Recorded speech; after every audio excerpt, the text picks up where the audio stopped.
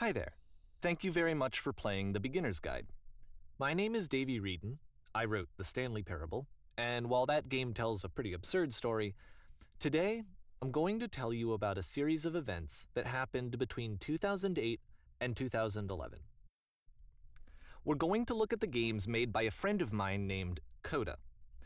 Now, these games mean a lot to me. I met Coda in early 2009 at a time when I was really struggling with some personal stuff, and his work pointed me in a very powerful direction. I found it to be a good reference point for the kinds of creative works that I wanted to make. So just to start you off, this is, I think, the first game he ever made. It's a level for Counter-Strike. You can walk around here, by the way. And mostly it's just Coda learning the basics of building a 3D environment. But what I like is that even though he starts from the simple aesthetic of a desert town, he then scatters these colorful abstract blobs and impossible floating crates around the level. And of course, it destroys the illusion that this actually is a desert town, and instead this level becomes a kind of calling card from its creator. It's like a reminder that this video game was constructed by a real person. And it kind of makes you wonder, what was going through his head as he was building this? This is what I like about all of Coda's games. I mean, not that they're all fascinating as games, but that they are all going to give us access to their creator.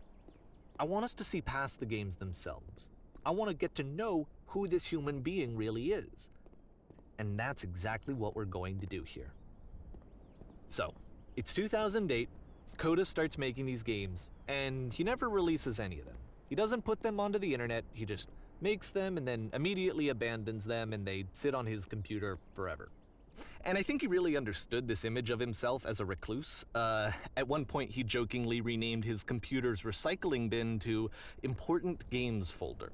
So, this was just how he worked. He tended to crank them out one after the other without even really pausing to try to understand what he had just made, until suddenly one day, he just stopped. In 2011, that was it. He made his last game, and then he hasn't made another one since. And that's why I've taken this opportunity to gather all of his work together, is because I find his games powerful and interesting, and I'd like this collection to reach him, to maybe encourage him to start creating again. And if the people like you who play this also happen to find his work interesting, then I'm sure it'll just send that much stronger of a message of encouragement to Coda. So thanks for joining me on this. If you have a particular interpretation that I haven't mentioned here, or if you just need to get in touch, you can email me at daveywreden@gmail.com. Okay, that's about it for introduction. Let's take a look at Coda's first proper game. As each game is loading, I'll show you the date that it was completed. This first one was made in November 2008.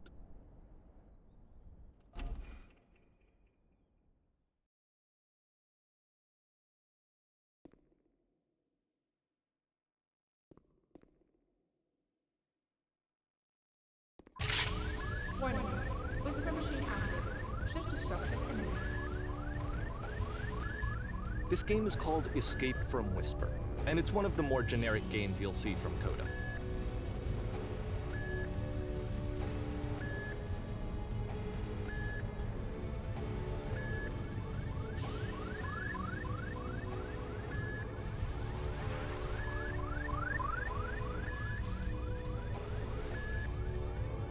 Security call breached. Hostile alien life forms inbound. It kinda looks like this game was abandoned mid-development. For instance, you have this gun, which you'd think would indicate that there are supposed to be monsters or enemies somewhere, but then clearly there are no enemies anywhere. You can't even reload the gun when you run out of bullets. But ultimately we don't really know. Maybe Coda thought that actually it was complete the way that it is. And I think that we should talk about his games for what they are, rather than for what they're not. Enemy force neutralized. Begin ship evacuation. I love how you can see the bottom of the universe from this room.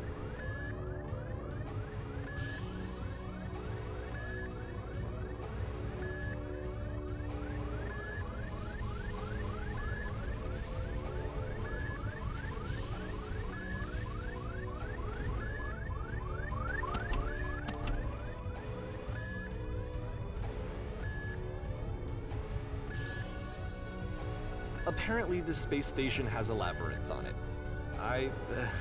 Sure, I don't know. There's really no reason for it that I've ever been able to discern, so in the interest of time, I'm just gonna skip you on past it.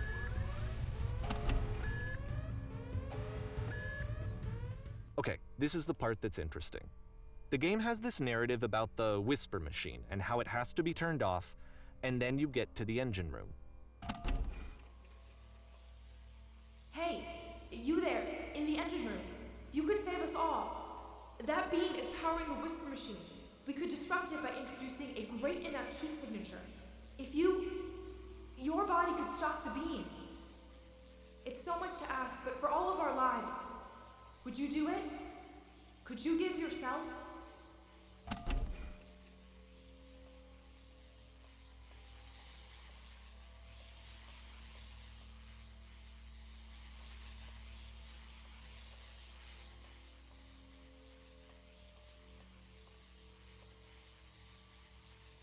This is not a branching point, unfortunately. The only option is to step into the beam.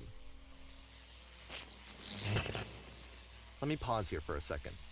What you just experienced, stepping into the beam and then dying, is probably what Coda had initially intended when he was developing this level. But when he first compiles and plays it, something goes wrong. There's a bug somewhere. And this is what happens instead.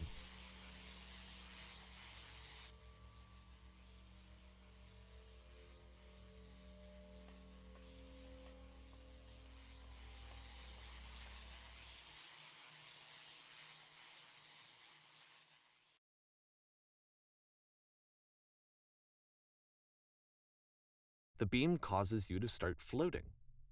And this is an important moment for him. Because yes, this is technically a glitch, but Coda identifies something human about it, like how small it makes you feel in the face of this larger chaotic system. Or this floating could be the afterlife, a peaceful place, juxtaposed against all of the hysteria that you've just had to traverse. I don't even know. I have no idea what he was thinking, but what's clear is that after making this, something lodges itself in his brain. He wants to do more of these really weird and experimental designs. So he stops work on this and moves on to a stream of tiny little games that go in all sorts of directions. Let's go ahead and take a look at the first game he made after leaving this one behind.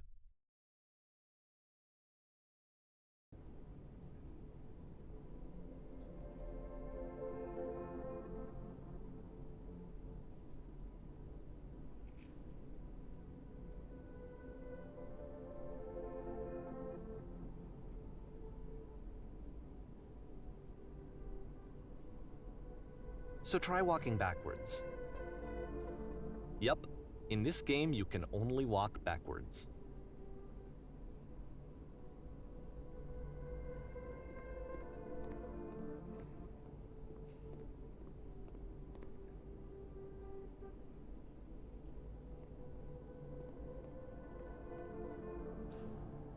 So it's a short and relatively minimalist experiment combining motion and narrative.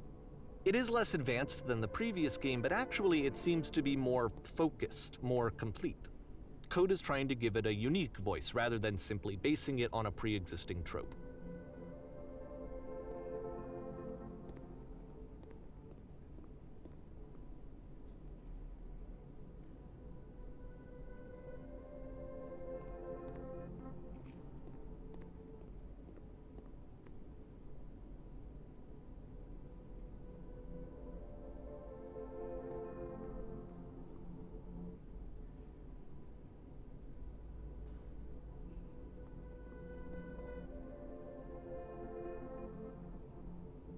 It's a short little thought, it says what it wants to say, and then it ends. Didn't need anything more than that. Which to me is why it works, because it gets out quick. Okay, next one.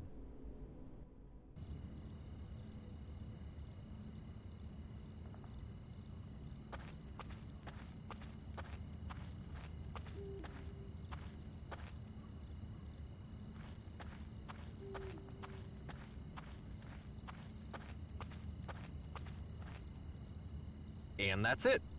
Okay, the meaning of this game won't be clear just yet. Please be patient with me for a few more games, and I promise you'll see what makes it interesting. Oftentimes, Coda would put bizarre titles like this one at the start of his games. I wish I'd known him at the time that he was making these early games. He would really only talk to me about his work as he was making it. Once he stopped work on a game, that was it. It was dead to him. And I don't agree with that at all, but what are you gonna do?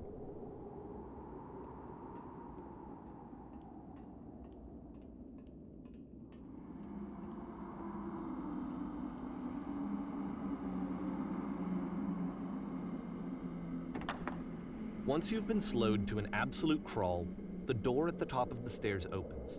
So why, if Coda's not showing these games to anyone, why bother opening the door at all?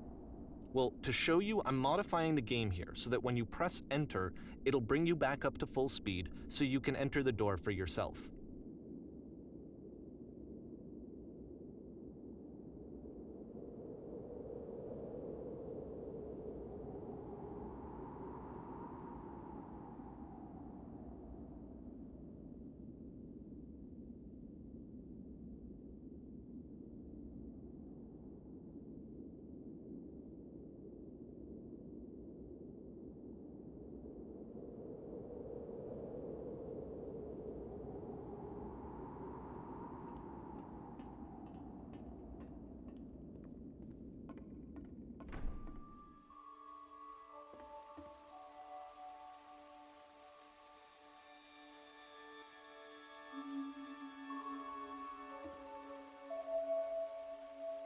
A room that's warm and nice and filled with little ideas for games.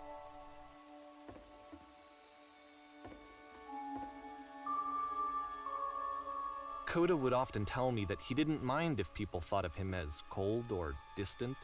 He said that he knew that he was actually a vibrant and compassionate person, but that it takes time to really see that. It can be a very slow climb to get there.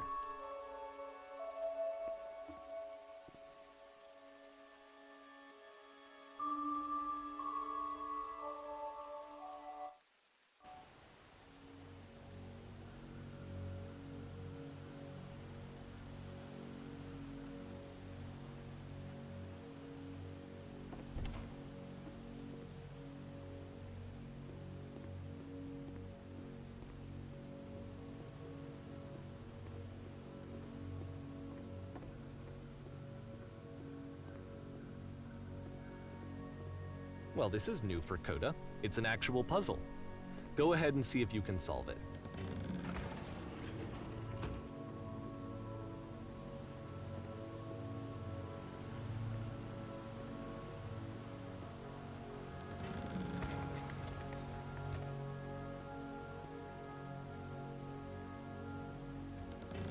Don't forget that solution, because we're going to see this puzzle again soon.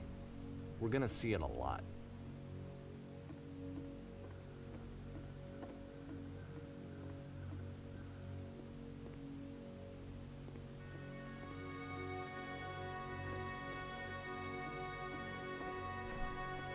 So that seems to be it, right?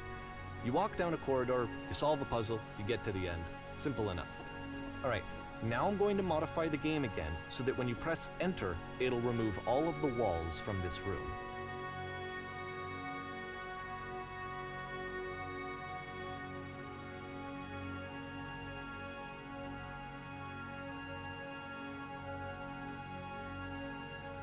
How about that? There was more to it than we had any way of knowing. I actually find it funny that this game comes after the Stairs game, since they essentially convey the opposite idea. So, in the Stairs game, a dull exterior concealed a rich interior. And then, in this level, a dull interior hides this fantastic outer world. Either way, I think that the point is the same, is that most of the time you don't get to know what you're missing, or even that you're missing anything. That's not your role as a player. So if your role here is not to understand, then what is it?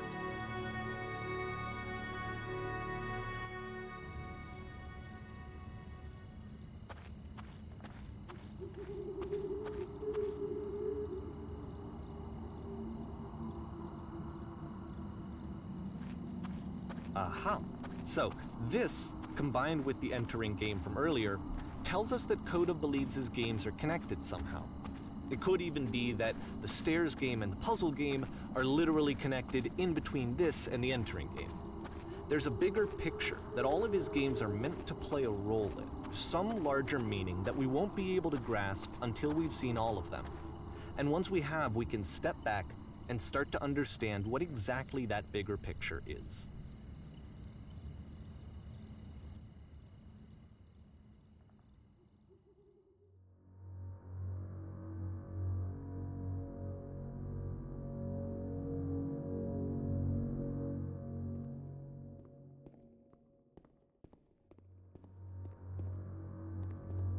Let's talk about video game development for a second.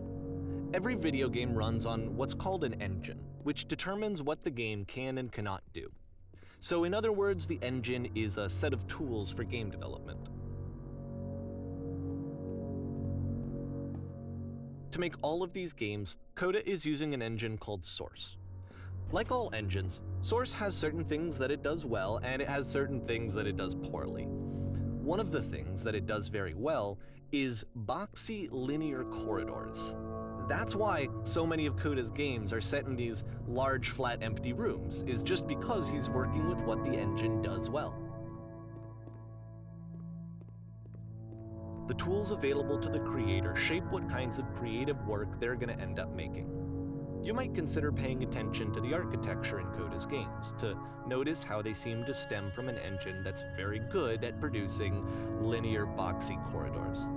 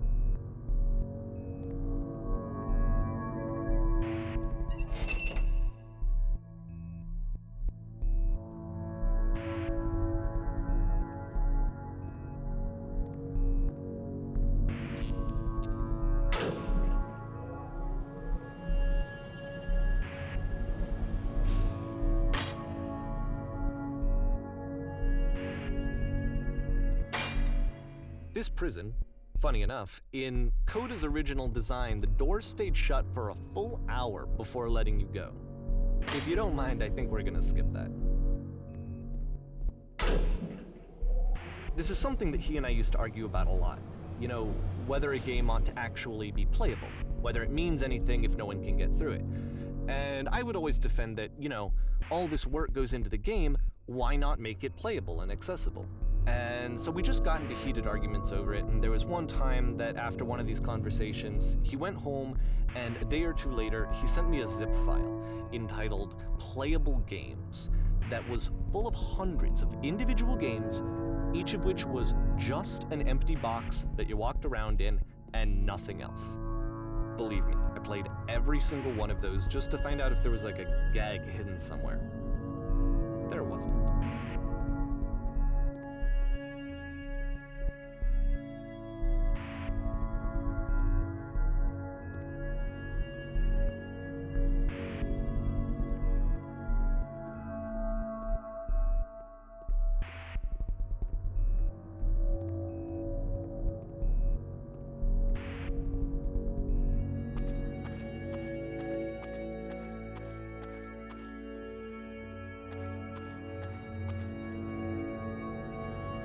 It's the puzzle again, with the exact same solution as the last time.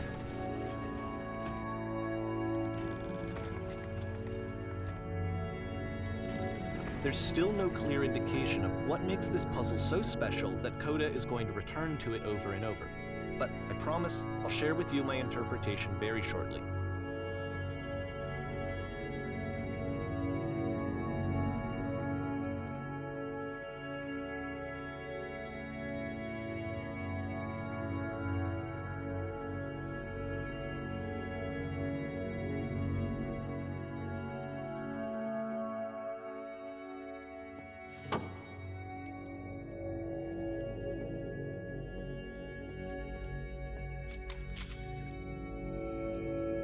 Here, Coda begins using a kind of dialogue system that he fashioned out of the engine's chat capabilities.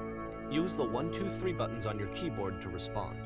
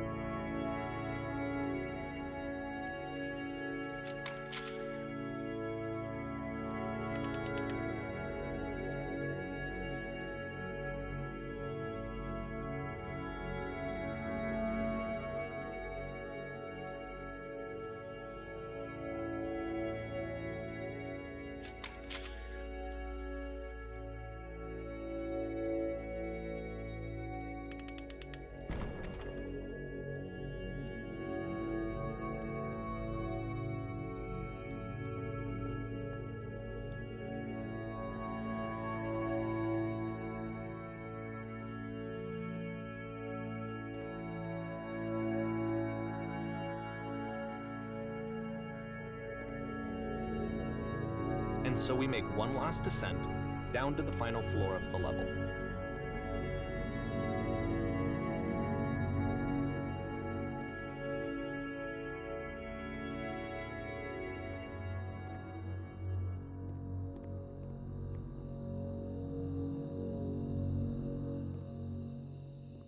It's a lamppost. Okay, I can't tell you quite why, but for some reason Coda fixates on this lamppost. It's going to appear at the end of every single one of his games from here on out. I'll tell you what I think. I think that up to this point, he's been making really strange and abstract games with no clear purpose, and maybe you can only float around in that headspace for so long. Because now he wants something to hold on to. He wants a reference point. He wants the work to be leading to something. He wants a destination, which is what this lamppost is. It's a destination. We're going to see it in the work as well. His games are just going to become a lot more cohesive, a lot more fully developed, with more of a clear idea behind them. And as we go, that idea will get clearer and clearer and clearer.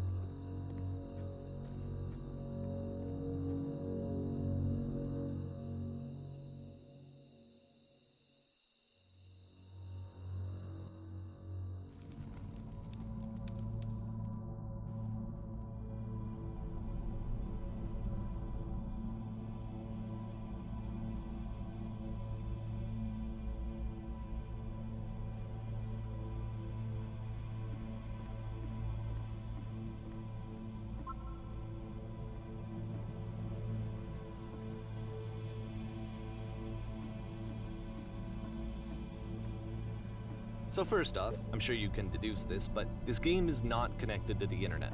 All of the notes that you're gonna see have been written by Coda. This was actually the first game of his that I ever played. This was shortly after I met him at a weekend game jam in Sacramento, where I grew up. I saw him working on this very level, and it was just so different from anything that anyone else was doing. So right away I was like, I have to be friends with this person.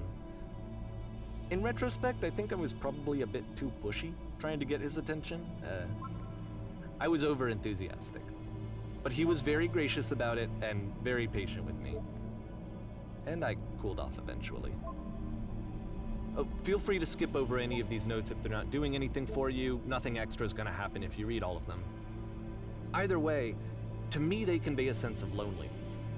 I see this person who's filled with thoughts and feelings and beliefs and has no way to express them except as scattered and unheard voices in a game that wasn't meant to be played.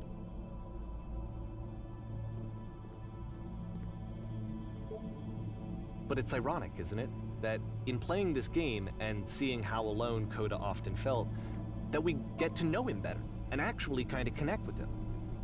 And I have to be honest with you, this idea is really seductive to me, that I could just play someone's game and see the voices in their head and get to know them better and have to do less of the messy in-person socializing.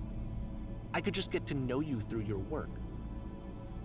I think this is why I always liked Coda's games so much, is because it felt like they let me have that connection. I felt as though he was inviting me personally into his world. And then I feel less lonely too.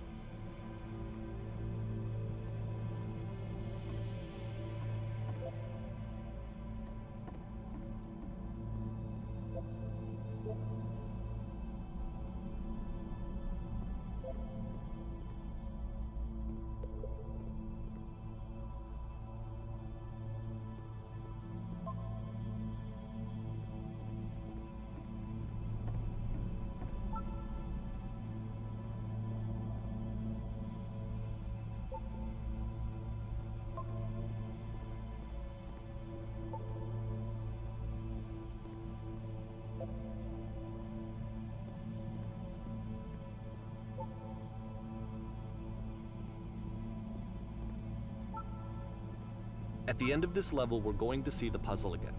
And here, I'll tell you what I think the puzzle means. Each of these games represents an idea that was on Coda's mind at the time that he was making it. And the puzzle is a way of closing the door on a previous chapter of his life before moving on to the next one. In each of his games, after exploring a theme that, he might find difficult, Coda can then place this puzzle that he knows has a reliable solution. He understands exactly how it works, and so it gives him a simple mechanism for moving on.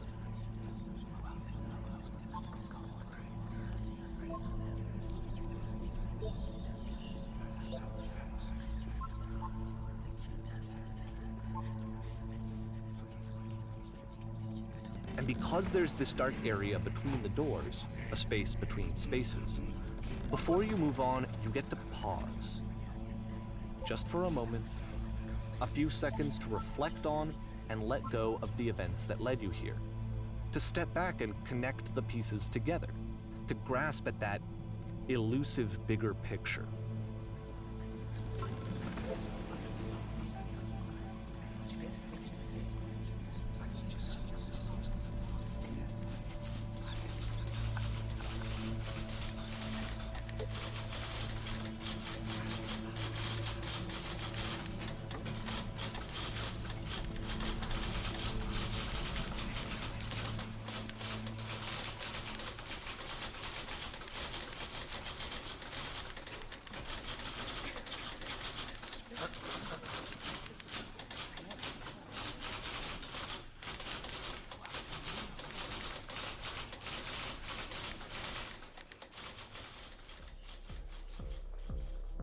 Okay, this one is tough. It's gonna kinda just spin its own wheels for a few minutes. Hang with it.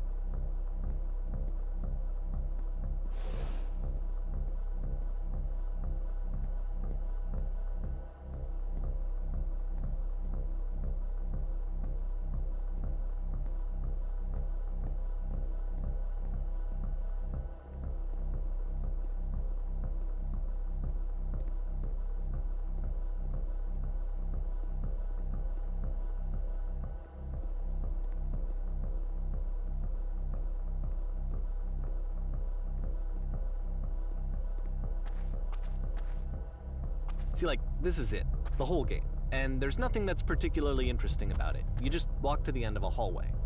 Except, for some reason, Coda gets really fixated on this prison that has all of this modern furniture. And I don't know why, but he decides he needs to revisit this prison. He's gonna start over, use the same assets, turn it into something else. Okay, cool. Here's version 2.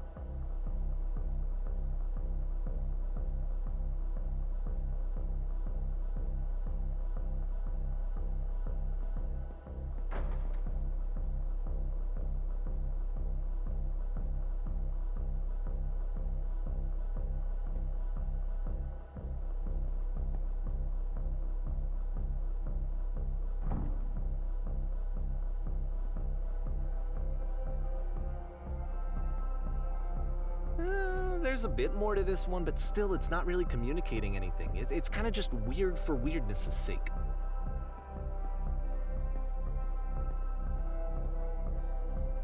So okay, he throws it out and starts over. This time he comes at the prison idea from a different direction.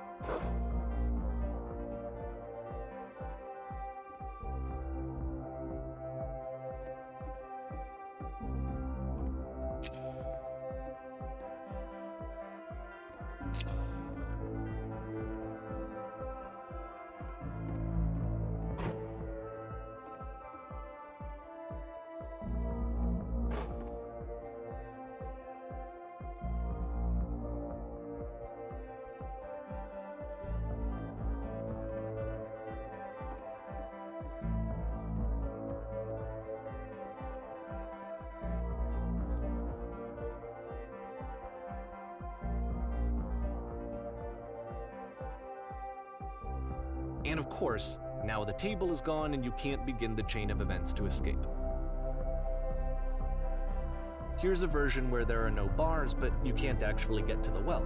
And then a version where the inside of the prison is the outside and the outside is the inside. Let me just blink you real quick through a few more of these. I mean, he really unloaded on this prison idea. There's nearly a dozen of them. Personally, I think it's awful to watch this. To see a person basically unraveling through their work.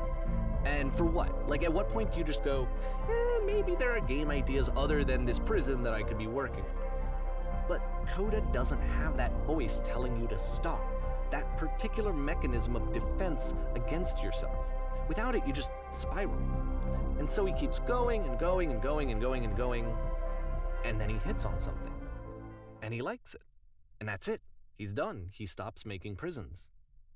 This is the very last version of the prison game that he created, and the reason I think it works is that the prison is not actually in it.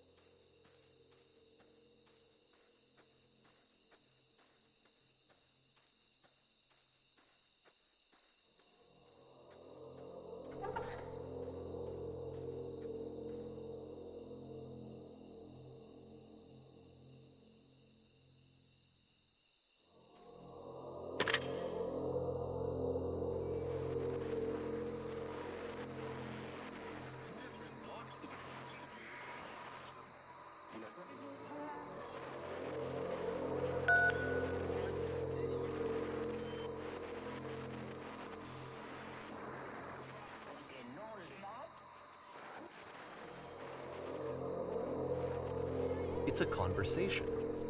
And so this is what Coda wants, is to be able to talk to someone, to share what's on his mind, and to get some good advice from someone who knows. But the irony is that even in this scenario, you're still talking to yourself. You know, all of these games so far are Coda talking to himself.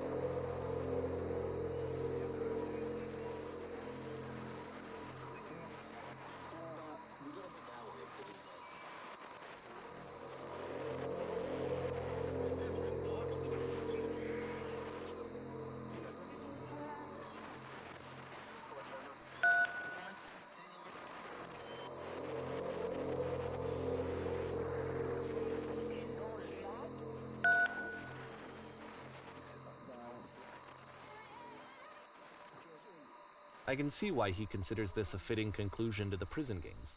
After all of the obsession and frustration, just to be told by someone you can trust that things are going to be okay. Wouldn't that be nice?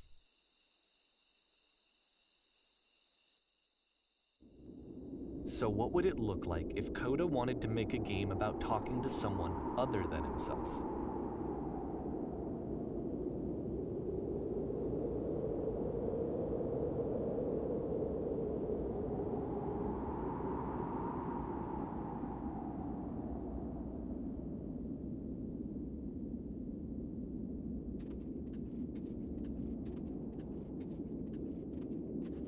To me, this environment is meant to represent Coda's puzzle, with the 2 doors on either side and a dark transitional space between.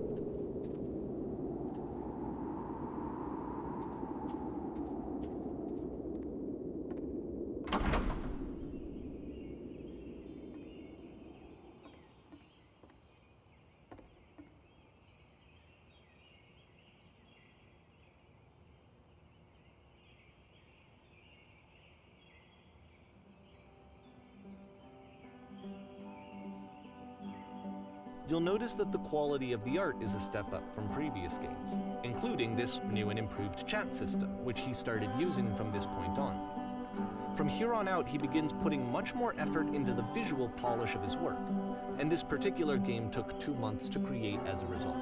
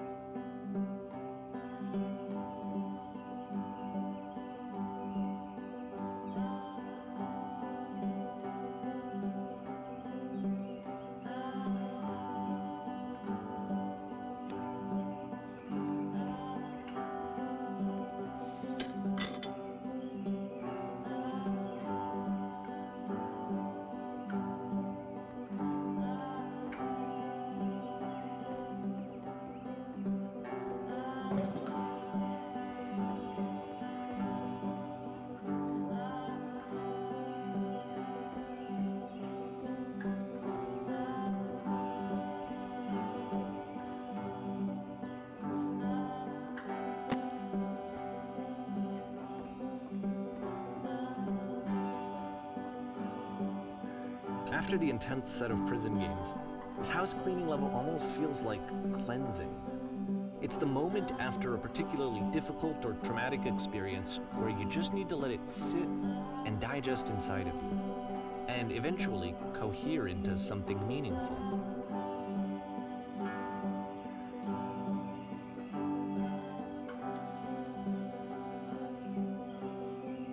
I know that Coda really liked this game. Of all of his work, actually, this was the only one that he called me up to ask me to come over and look at it.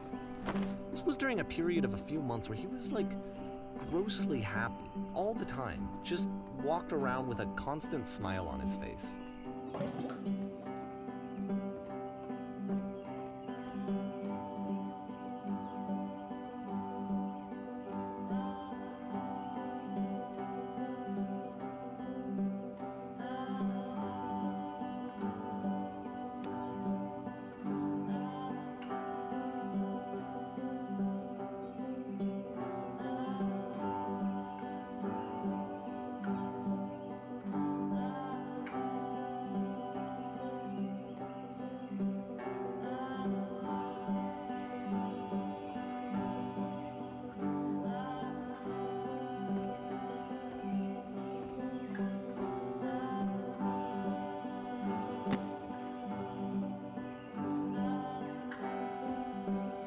I'm glad he made this. I'm glad he found some peace.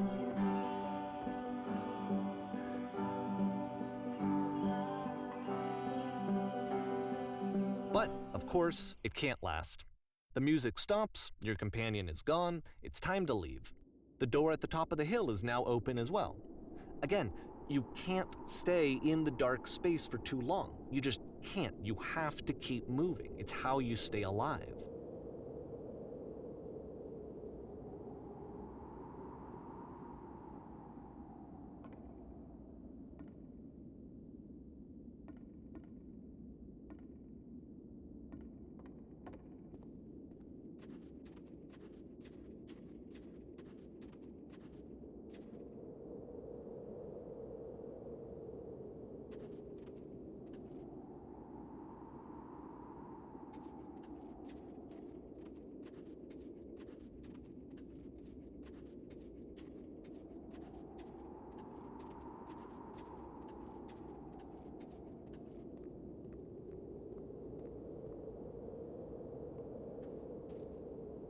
Which is the whole point of the puzzle doors, right? That sooner or later you have to pick up and move. I really thought that was the point of it.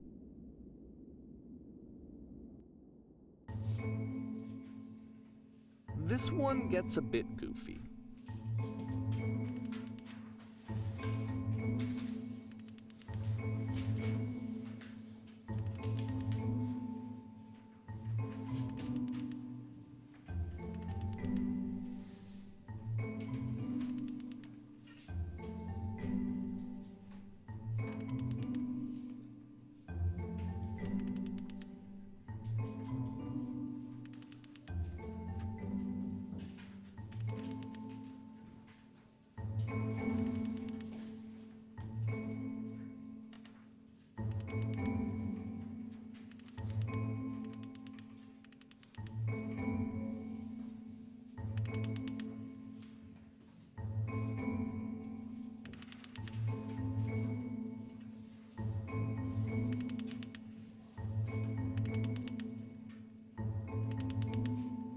About halfway through the game, the perspective shifts.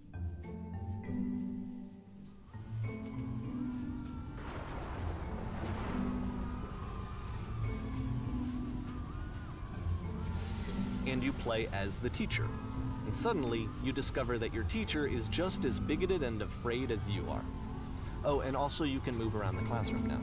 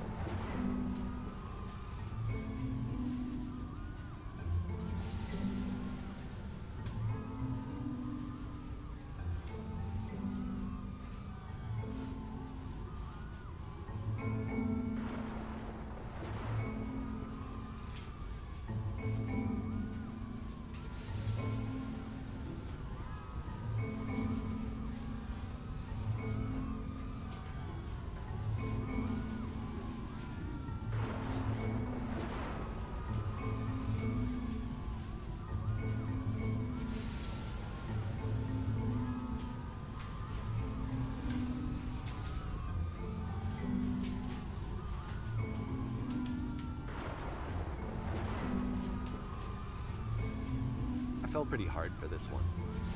I feel like it's one of the most relatable experiences that you can have. To assume that some other person is perfect and totally fulfilled in every way, and completely miss all of the little flaws that make them painfully human. I think about this game a lot these days.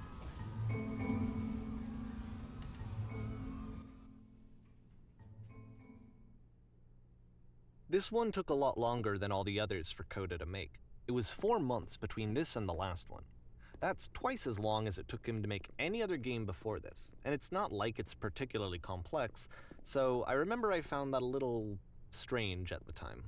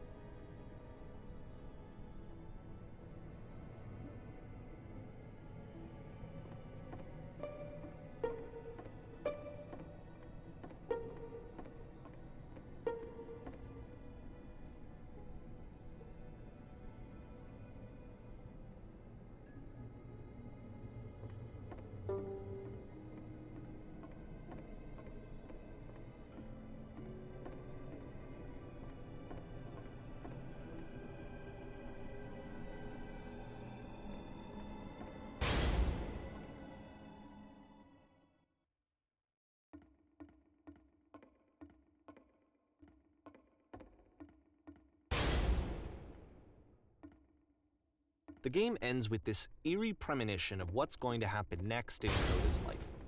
The solution to social anxiety, to fears of having to perform and having to chase success, the answer for Coda is to withdraw, to hide himself away. Which is what leads to scenarios like the stairs that slowed you down several games ago, where it just becomes harder and harder to access Coda's inner landscape because he keeps retreating. He just keeps backing away from possible connections to anyone other than himself. And to be honest, I didn't consider it very healthy when I first played this game. It looked to me like he was trying to justify the idea of just disconnecting yourself from the world. And that wasn't what I wanted for him or for his game. Because I feel like a lot of his games are inviting me to connect with his person, to bring him closer. But what can you do? After this, Coda went off and took another 5 months to make a new game.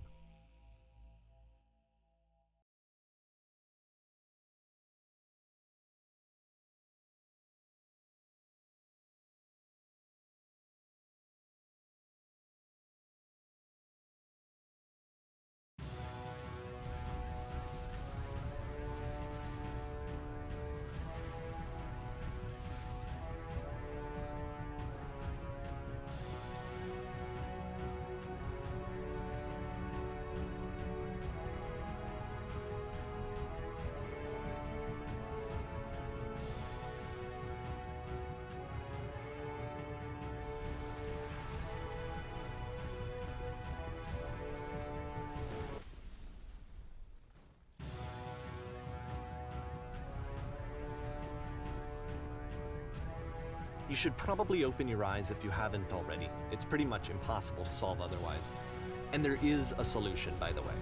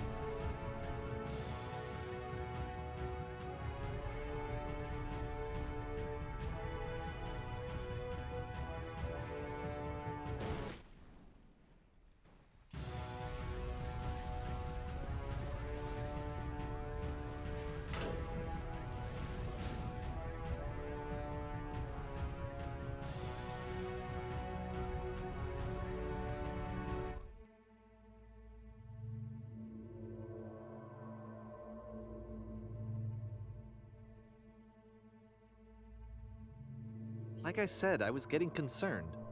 First off, he's never been this explicit in his work about exactly what he's thinking. So where's that coming from? But then even weirder, his work has potentially stopped being an outlet for him. Not like he's having trouble iterating on ideas, but he literally just can't think of new ideas anymore. And in person, he was being a lot more distant than usual. Like, you know how sometimes a person will just deflect anything that you say in order to keep themselves disconnected all the time? It was that kind of thing. Here was the point in my relationship with Coda where I really started to wonder if he needed my help in some way.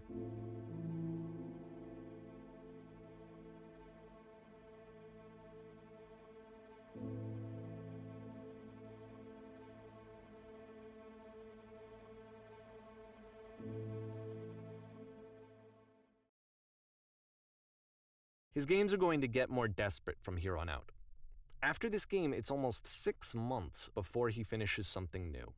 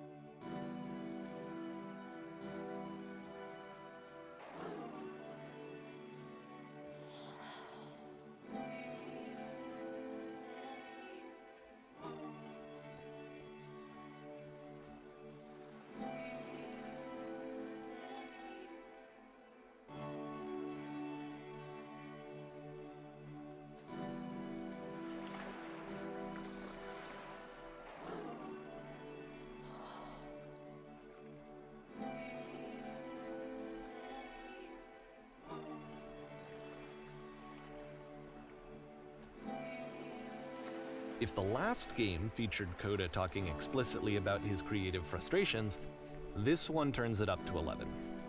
Now, put yourself in my shoes playing this. Here's a friend whose work is exhibiting signs of struggle, frustration, anxiety, depression, even. And yet, still, he keeps making games. He keeps throwing himself into the grinder even when he clearly doesn't have the energy for it anymore. Why? What is it for? Because from my perspective at the time and just what I knew of him, this was a result of how isolated he was. He was in his own little bubble, just sitting at his computer all day, not really showing these games to anyone, not releasing them onto the internet, and so he didn't have anyone outside of himself to connect with. He had no outlet to ground himself on.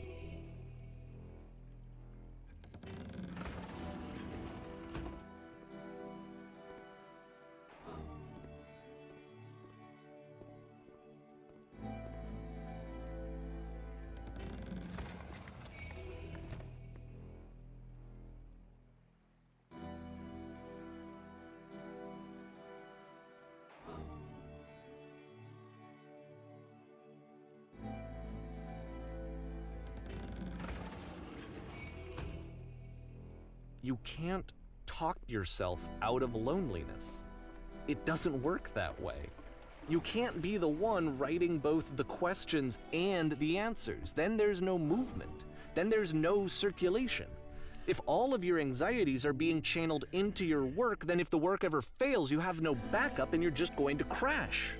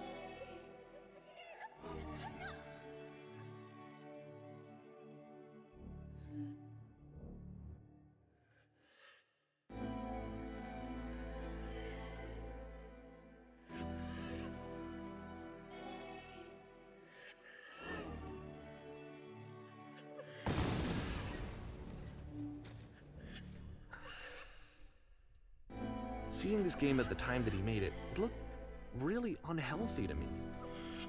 I was watching him do this to himself, and I hated it. I hated seeing him so trapped. It's like, video games are not worth this amount of suffering. This is someone I really cared about, and I used to get so much joy out of seeing him create. For him to suddenly become angry and frustrated like this, it was the worst thing for me.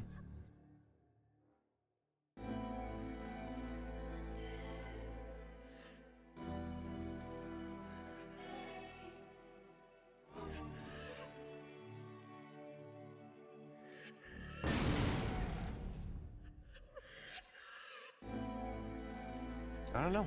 This is what I felt at the time. I don't know how else to explain it. I wanted it to stop more than anything.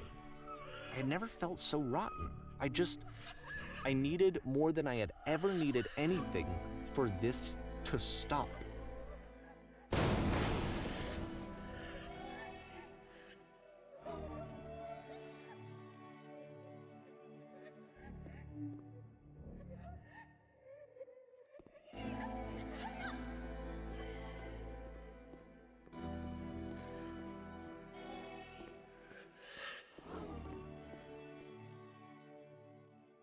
But it didn't stop.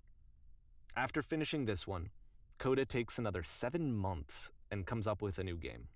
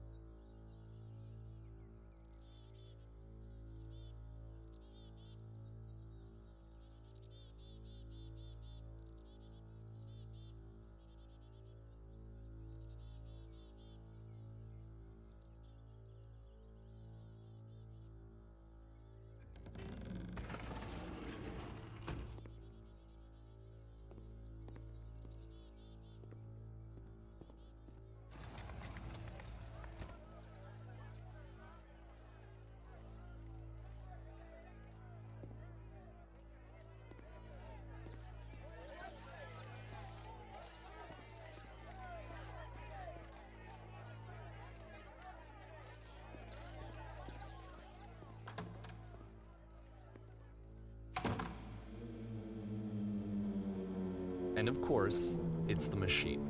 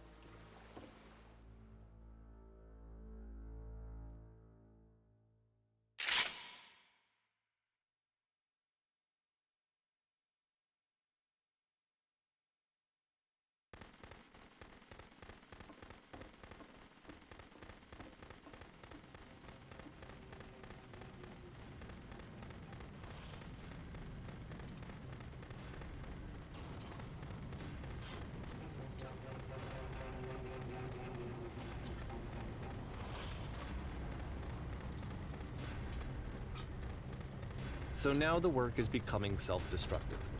And I'll tell you, at the time that I first played this game, shortly after he made it, here's what I'm thinking to myself.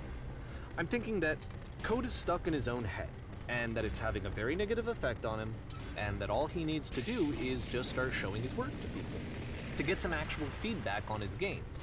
It might get him out of isolation. And so, as I'm thinking this, I realize that I could be the one to initiate it. Because it would never occur to Coda to start actively soliciting feedback, so what if I did it for it? If he could see the difference it would make to have more actual conversations with other human beings, would that bring him out of his mental spiral? Would it give him confidence in himself? Would it bring meaning back into his work?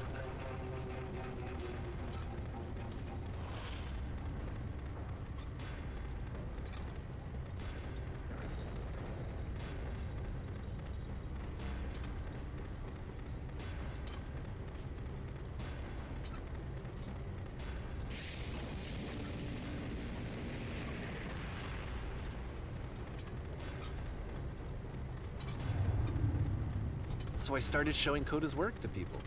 I took this one, and the islands which you just played, the theater, the notes, the house cleaning game, and some of the prison escape games. I brought them to people that I knew and trusted. I asked their opinions. And the great part is that they really loved his games. You know, the point of it all was just to give him some external reference point, but they genuinely loved his work. There was nothing for him to be afraid of.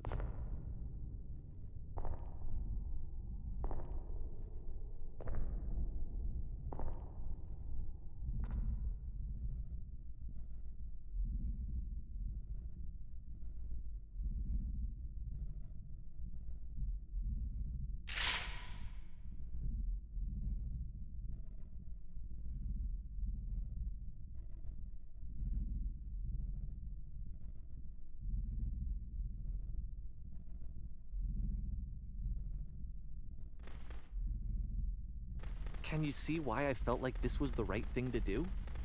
Because it's the thing that I always feel like I need, to be told that my work is good, that I am good. When someone really connects with a thing that I've made, when they see themselves purely in my work, there's nothing that feels better. And I got to give that very same feeling to my friend. I did something, I really felt like I'd done something good, like I was a good person. I felt like there was a friend who was in trouble and was unhappy and maybe didn't like themselves, and I could fix it. If I could give him this gift, maybe I could fix the problem. When they told me how much they enjoyed his games, it was the best feeling. It was the absolute best feeling. It made me feel so happy, so beautifully, beautifully happy.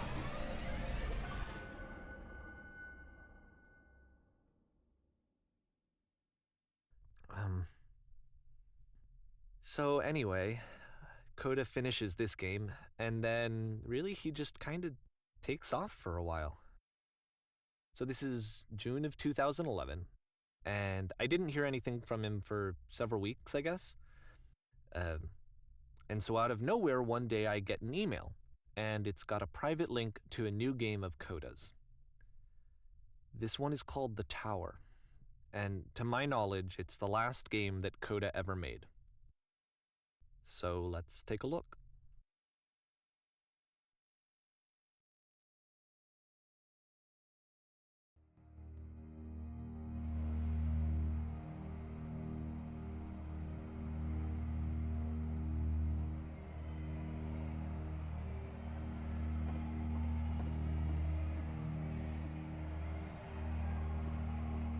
And this is where I have trouble saying anything meaningful about Coda's work.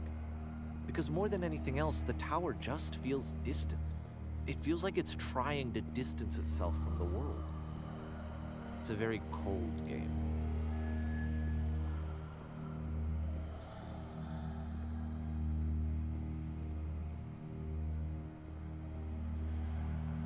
This room actually has a maze in it.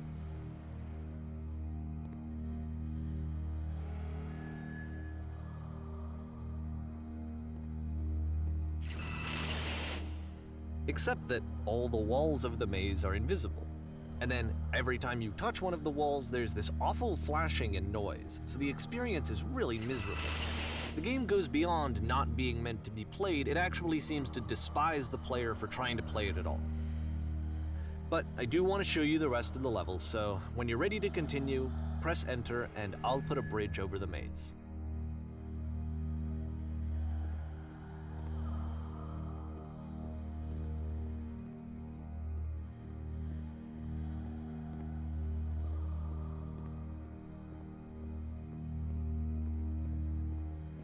And to be fair, it's not like this is the first game that's needed some modification to be playable. Like the house cleaning game. You know, that one used to actually loop the cleaning chores and you just cleaned a house forever. I had to cut it off so that you could exit the house and the game would actually end. But that game had an idea that it was actually trying to communicate. What's the deeper idea behind the invisible maze?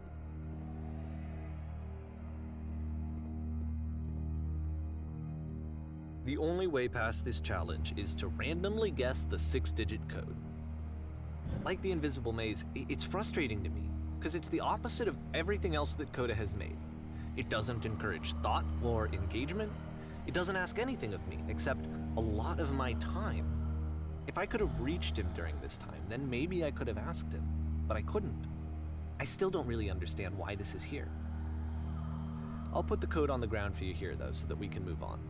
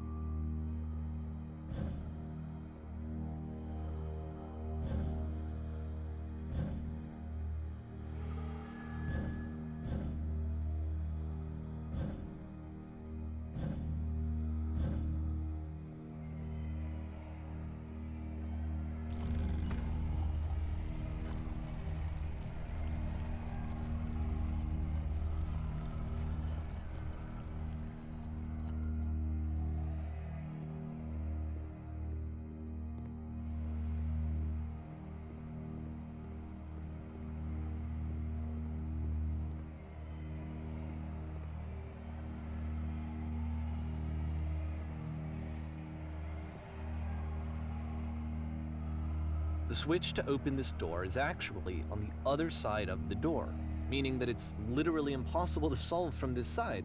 So even if you somehow brute forced your way through the first 2 challenges and you got to this point, there's actually just no way to progress.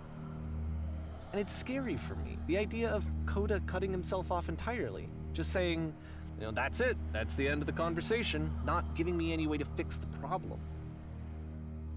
I feel like a failure, I guess, when I can't fix the problem. But I can open this door for you, so let me do that.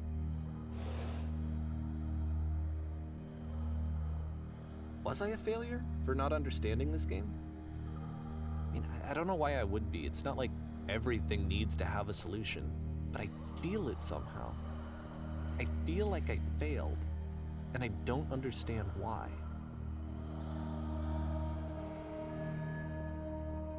I remember, it's June of 2011, I'm playing this for the very first time, and as I'm playing, I'm thinking to myself, I don't know this person. I have no idea who this person is. It wasn't the guy I knew, it wasn't my friend. I had come to so many conclusions from looking at all of his work up to this point, and then suddenly none of them... I had been trying to, though, that was the thing. For years, I was trying to get to know him, to understand who he actually was and what he stood for. I asked him so many times to please just tell me what his games mean to him. I asked him please to tell me what the 3 dots mean. And he wouldn't.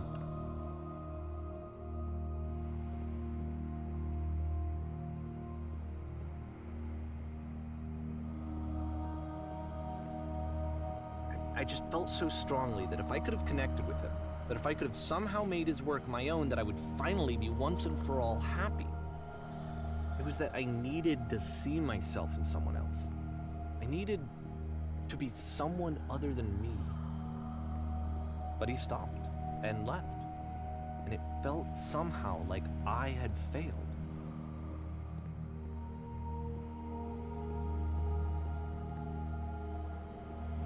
Where did I screw up?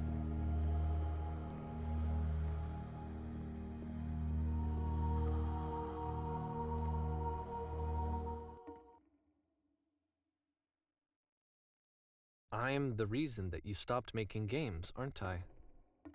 It's because of what I did. I poisoned it for you. I don't think I ever told you this, but when I took your work and I was showing it to people, it actually felt... it felt as though I were responsible for something important and valuable. And the people who played them, they treated me like I was important. They really listened and cared about what I had to say. Even though I was showing your work, I felt good about myself. Finally. For a moment, while I had that, I liked myself.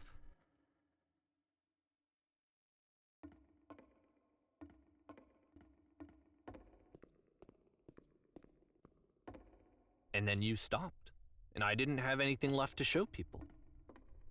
I just had to be with myself.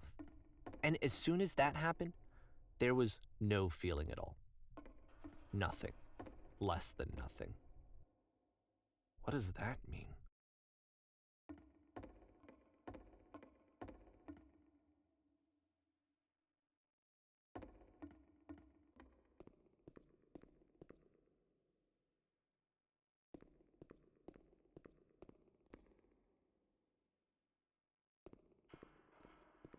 I'm afraid that I did something really stupid because I don't like myself.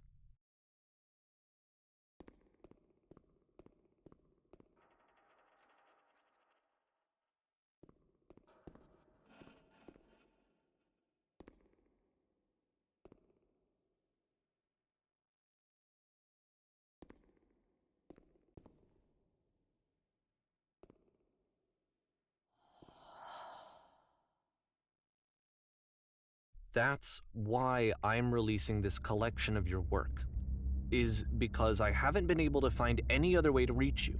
I've tried everything. And so a part of me has hope that if I put this compilation out into the world, and if I put my name on it, that maybe enough people will play it so that it'll find its way to you, so that I can tell you that I'm sorry. I know I screwed up. If I apologize to you truly and deeply, will you start making games again? Please, I need to feel okay with myself again. And I always felt okay as long as I had your work to see myself in. I mean, is something wrong with me? Because I know that I did an awful thing, and I'm doing it again right now. Like, I'm showing people your work, but I can't stop myself from doing it. That's how badly I need to feel something again, like I'm an addict. There has to be something wrong with me. Can I apologize? What if I tell you I was wrong? Will that work? Will that fix it? I don't know. I don't think it will, but there's nothing else that I can do. Just tell me what you want. I'm sorry. I'm sorry. Please, start making games again. Please help me. Please give me some of whatever it is that makes you complete. I want whatever that wholeness is that you just summoned out of nothing and you put into your work. You were complete in some way that I never was. And I want to know I want to know how to be a good person. I want to know how not to hate myself. Please. I'm fading, and all I want is to know that I'm going to be okay.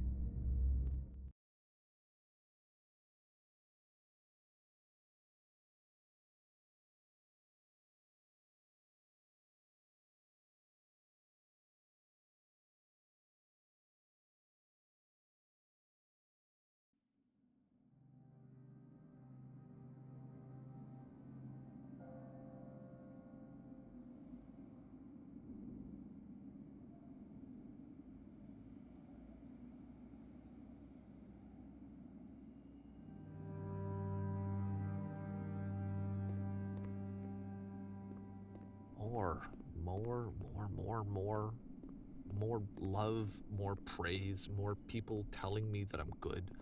Always more. It's like a disease.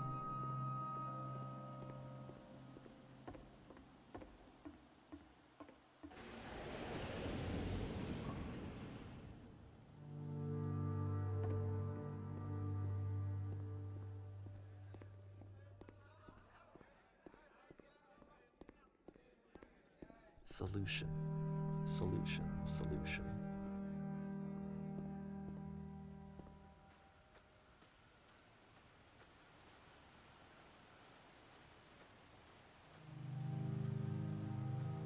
I guess if someone had told me ahead of time that he just really enjoyed making prison games, maybe I wouldn't have thought he was so desperate. I wouldn't have told so many people that he was depressed. Maybe he just likes making prisons.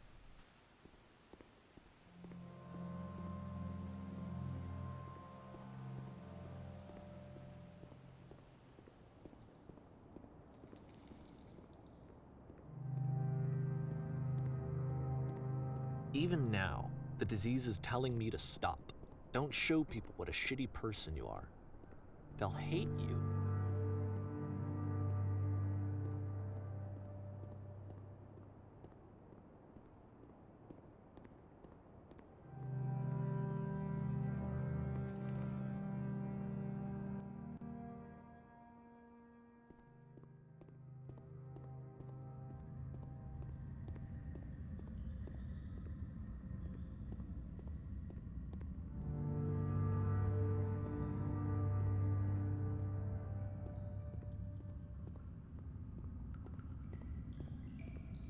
If I knew that my life depended on finding something to be driven by other than validation, what would that even be?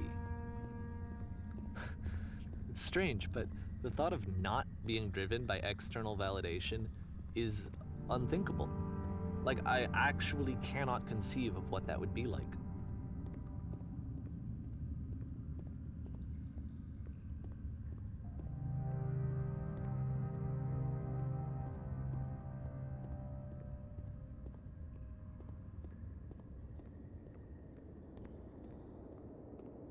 What now?